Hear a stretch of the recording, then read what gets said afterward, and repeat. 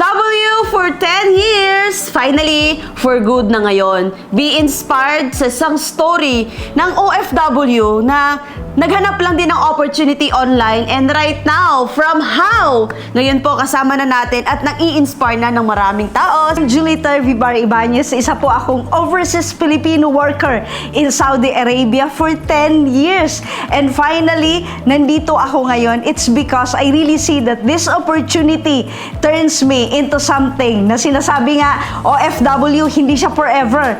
Pero nung nandito ako sa community na to, I really know na meron talaga akong nakita, and that nakita ko talaga is the vision na ang online ngayon is napakaganda kasi it is more transformative in social media, and even sabi ko nga is ano talaga siya, it's the good way na talagang gagamitin natin ito, an information technology na right now is talagang napakaganda kasi it's not just only this technology, but it is the value na communicate paano na transform ang tao, and even ako. So what? Knowing that you are working isang dekada po, 10 years. Anong naging mindset mo nun? Bakit ka nag-OFW na pwede naman siyang gawin dito sa Pilipinas? Yes, actually, yung pagiging OFW ko is just only by chance na talagang nagkaroon lang talaga ako ng intuitive, kumbaga parang ano kaya ang OFW? Anong feeling kaya? Parang ganun? And that time, sabi ko, I really wanted to experience that. And dahil doon, sa profession ko na din, is 10 years ako as an OFW at na-enjoy ko talaga. Even nakapag-travel na din around the world because of that kind of profession na kumbaga, nagiging representative ako ng country sa ibang country. Wow! Pero bakit ka nag-join? Yes. Sure ako kasi siya po ay medtech.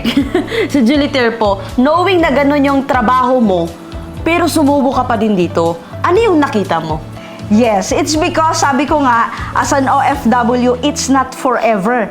True. Sabi ko nga, after all, ano yung magiging ako? Tama. And nakita ko na yung isang how lang na nakita ko sa online, which is with our mentor, nakita ko na talagang napakaganda. Sabi ko, paano kaya yan? And I was really so positive enough kasi kahit doon sa amin, yung technology talaga and yung social media is napakaganda. And because of that, naghawa ko, talagang positive ako na this one will really transform kung ano ako, at talagang challenge ko din yung self ko na pagka OFW 10 years ako, pero ngayon I have to make this one really possible for me and also for everyone. And right now, alam niyo po ba, si Julita, almost 500,000 tama ang kinita niya na dito sa negosyo. Grabe! So, anong message mo sa mga OFW na nanonood ng video na to na this 2025, I want something new? Yes, as an OFW talagang mag-ask kayo kung 10 years kayo, 23 years kayo, kung ilang years na kayo dyan, what is really for you? Yes. And you know what? Sabi ko nga, this kind of online is nakita ko yung vision.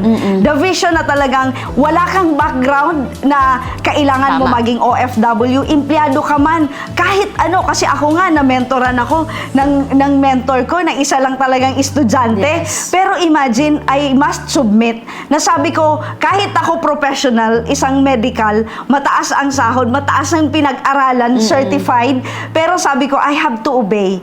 Number one, dito talaga sa community, meron tayong mentors, and napakaganda, may system, and even my community na talagang tutulong sa atin kung paano tayo at sino tayo. Yes, tama. So by the way, I'm Ana Rose Argawanon. To know more about our business, message this page now.